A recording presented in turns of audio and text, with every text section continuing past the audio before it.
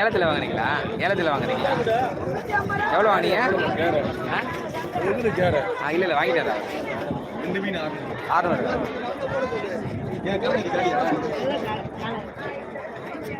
சங்கரா வாங்குறியா?